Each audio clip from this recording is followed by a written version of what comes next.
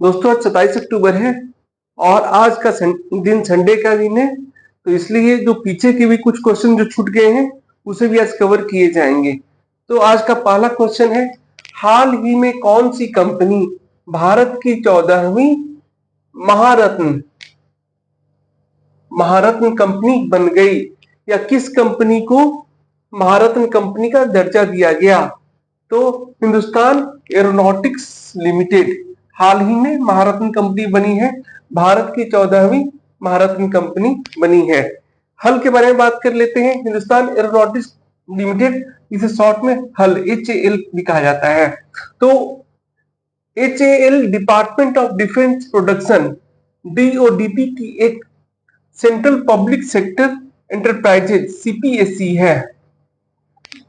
तो हल क्या है? डिपार्टमेंट ऑफ डिफेंस प्रोडक्शन की एक सेंट्रल पब्लिक सेक्टर एंटरप्राइजेज है। और महारत्न का इसको दर्जा मिलने से क्या लाभ होगा? तो महारत्न का दर्जा मिलने के बाद हल बिना किसी, ये इंपॉर्टेंट है, बिना किसी सरकारी मंजूरी के एक प्रोजेक्ट में 5,000 करोड़ रुपए या अपनी नेटवर्थ का 15% तक निवेश कर सकती है। ये इंपॉर्टेंट है। 14th महारत्न कंपनी का दर्जा दिया गया हिंदुस्तान एरोनॉटिक्स लिमिटेड को, ये इंपॉर्टेंट है। और महारत्न का दर्जा प्राप्त करने के बाद ये कंपनी बिना किसी सरकारी मंजूरी के एक प्रोजेक्ट में 5,000 करोड़ रुपए या अपनी नेटवर्क का 15% तक निवेश कर सकेगी।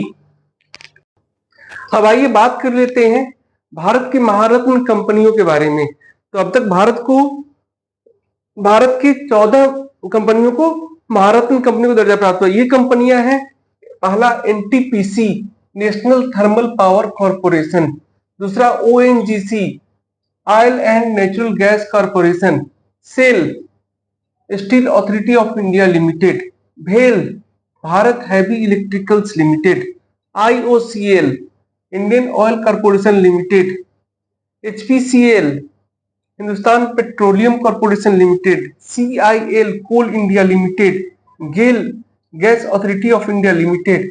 तो इनमें से ये जो तीन है, ONGC, IOCL, HPCL, ये तीनों तेल उत्पादक कंपनियां हैं या ऑयल से संबंधित कंपनियां हैं, ONGC, IOCL, HPCL।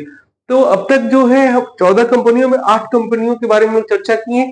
8 कंपनियों के नाम जाने जो महारत्न का दर्जा इनको प्राप्त है। ये है NTPC, ONGC, सेल, भेल, IOCL, HPCL, CIL और गेल GAIL। अब 9th जो महारत्न कंपनी है वो है BPCL Bharat petroleum corporation limited. 10th है power grid corporation of India limited, power grid. 11th है PFC power finance corporation, REC rural electrification corporation limited, OIL oil India limited. और 14th जो company है हल, जिसके बारे में हम लोग बात कर रहे हैं, हिंदुस्तान एरोनॉटिकल्स लिमिटेड। 9th में BPCL, 10th में पावर ग्रिड, 11th में PFC, 12th में REC, 13th OIL, 14th हल।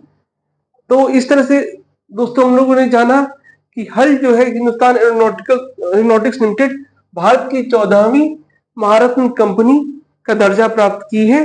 इससे इसे कुछ संप्रभुता मिली है और जिससे वो 5,000 रुपए तक या अपने जो है 15% तक किसी एक प्रोजेक्ट में बिना सरकारी मंजूरी के लगा सकती है। और भारत के 14 जो महारत्न कंपनीज है उनकी सूची हम लोगों ने देखी है। आज का दूसरा पॉइंट है, स्वच्छता में नवाचार के लिए देश भर में 15 टॉप शहरों का चयन किया गया है। नवाचार मतलब इनोवेशन जो किया गया है स्वच्छता को लेकर, उसमें 15 शहरों का चयन किया गया है, जिसमें पटना भी है। और जिसमें पटना 9वें स्थान पर है, जिसमें 15 टॉप शहर में भी पटना है और पटना 9th पोजीशन पर रहा।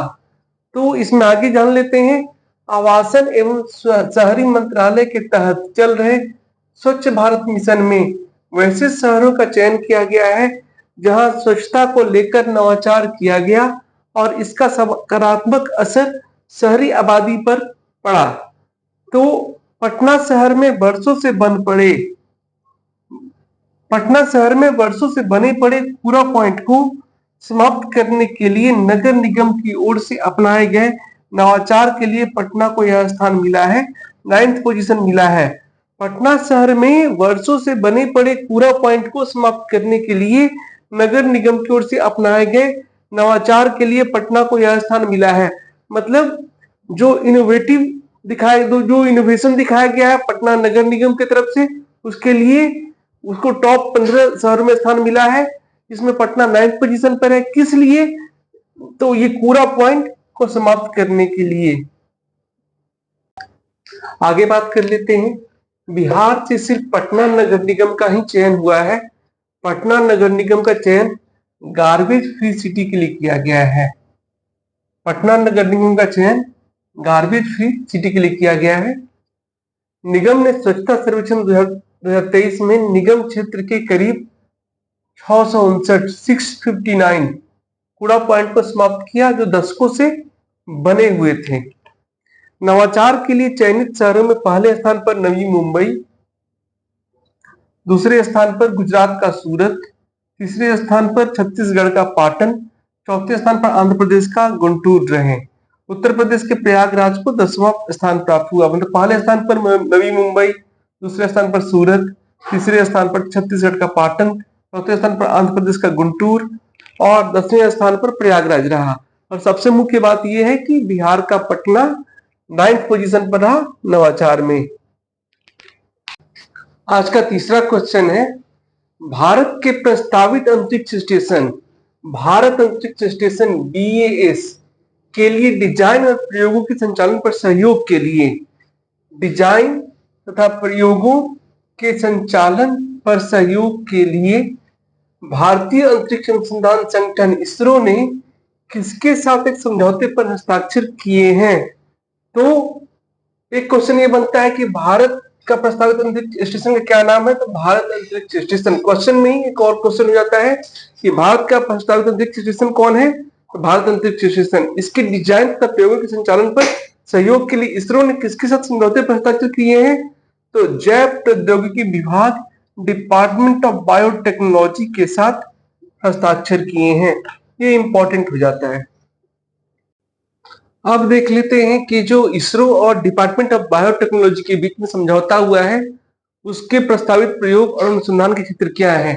तो इस समझौते के तहत प्रस्तावित प्रयोग और अनुसंधान के क्षेत्र हैं लंबे समय तक अंतरिक्ष में भारहीनता के कारण या भारहीनता की स्थिति में मांसपेशी शोष, यानी मांसपेशी शोष मतलब मसल लॉस और अस्थि घनत्व की हानि का अध्ययन किया जाएगा इसके अंतर्गत। फिर अलगी शैवाल का उपयोग लंबे समय तथा टिकाऊ खाद्य स्रोत के रूप में तथा अपशिष्ट पुनर्चक्रण के लिए, मतलब टिकाऊ खाद्य स्रोत जो अंतरिक्ष में टिकाऊ खाद्य स्रोत है जो लंबे समय तक चले, उसके लिए अलगी का उपयोग कैसे किया जाए और अपशिष्ट पुनर्चक्रण के लिए भी अलगी का उपयोग किया जाए, इसका भी प्रयोग किया जाएगा, अनुसंधान किया जाएगा। सूक्ष्म गुरुत्व में जेट इंजन सहित जैव ईंधन के उत्पादन के लिए शैवाल अलगी के प्रसंस्करण का अध्ययन।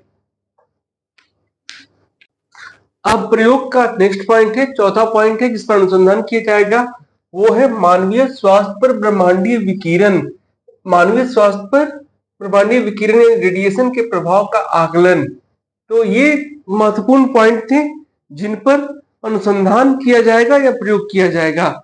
उल्लेखनीय है कि भारतीय अंतरिक्ष स्टेशन BAS के 2028 से 2035 तक विकसित किए जाने की उम्मीद है। It is expected to take shape. उल्लेखनीय है कि भारतीय अंतरिक्ष स्टेशन के 2028 से 2035 तक विकसित किए जाने या विकसित हो जाने की उम्मीद है।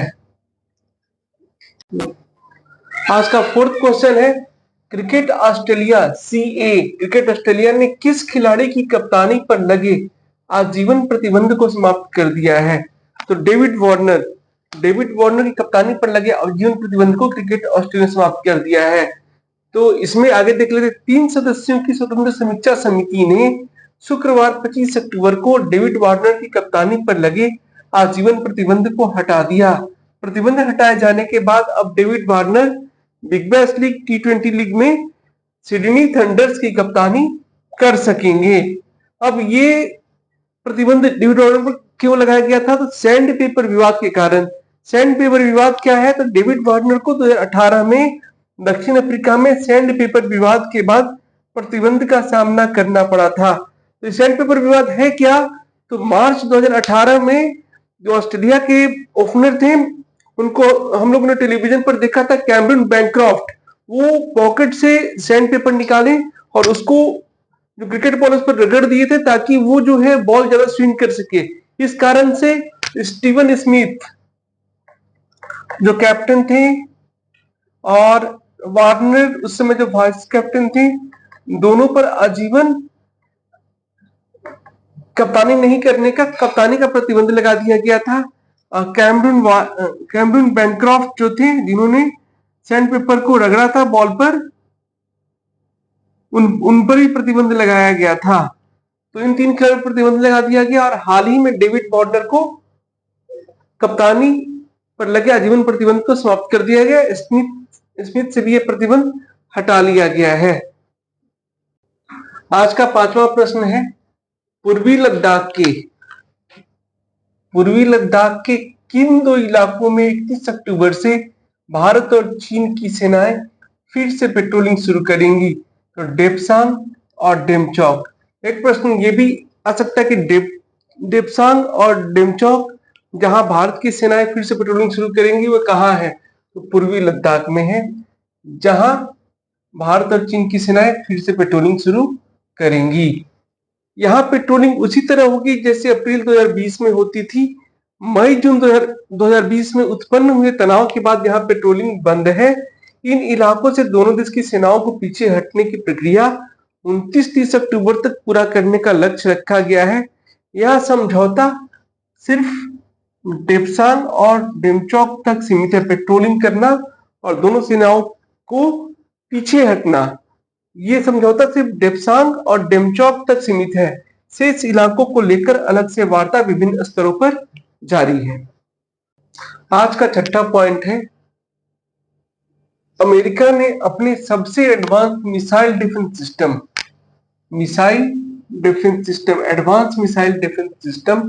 थार्ड, THAAD, इसका फुल फॉर्म है terminal high altitude area defence, को 100 अमेरिकी सैनिकों के साथ इजराइल में तैनात करने का फैसला किया है।